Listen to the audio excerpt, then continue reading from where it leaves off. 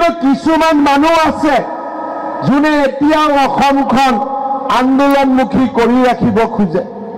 আপোনালোকৰ মনত আছে কা আন্দোলন হৈছিল অসমত, চাবুৱাটো হৈছিলে, উজনি অসমতো হৈছিলে। কিয় হৈছিলে? অখিল গগৈ, লুৰিণজ্যোতি গগৈ এইবিলাকে আমাক কৈছিলে যে 2 কোটি বাংলাদেশী অসমলৈ আহিব। মই তেতিয়া কৈছিলো যে 2 কোটি মানুহ আহিব, কিমান ট্ৰাক লাগিব? ইমান ট্ৰাকৰটো প্ৰডাকশ্যনে আজিলৈকে হোৱা নাই। বোলে নহয় নহয়, 2 কোটি মানুহ ৰখি আছে।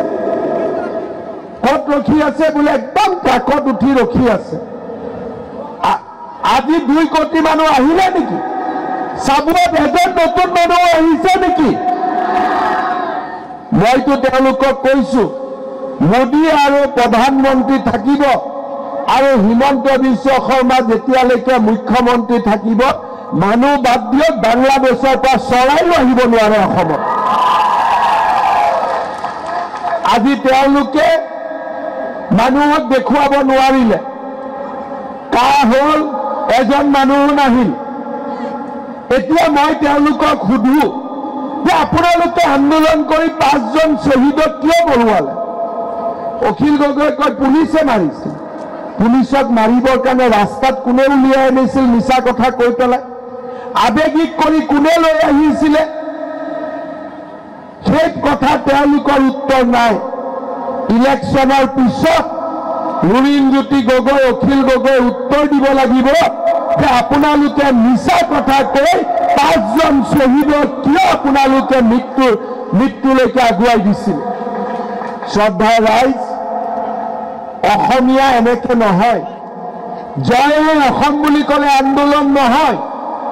আমাৰ ল'ৰা ছোৱালীয়ে যদি চাকৰি নাপায়, আমাৰ ল'ৰা ছোৱালীয়ে যদি কাম কৰিবৰ বাবে সুবিধা নাপায়, অসম কেনেকৈ উন্নতি হ'ব? যদি মানুহে মাটিত থাকে, মাটিৰ পট্টা নাপায়, অসম কেনেকৈ উন্নতি হ'ব? আজি যদি চাহ বাগিচাত শ্ৰমিকে মজুৰি কৰে আৰু মজুৰি টকা নাপায়, অসম কেনেকৈ উন্নতি হ'ব? আন্দোলন কৰিলে অসম উন্নতি নহয়।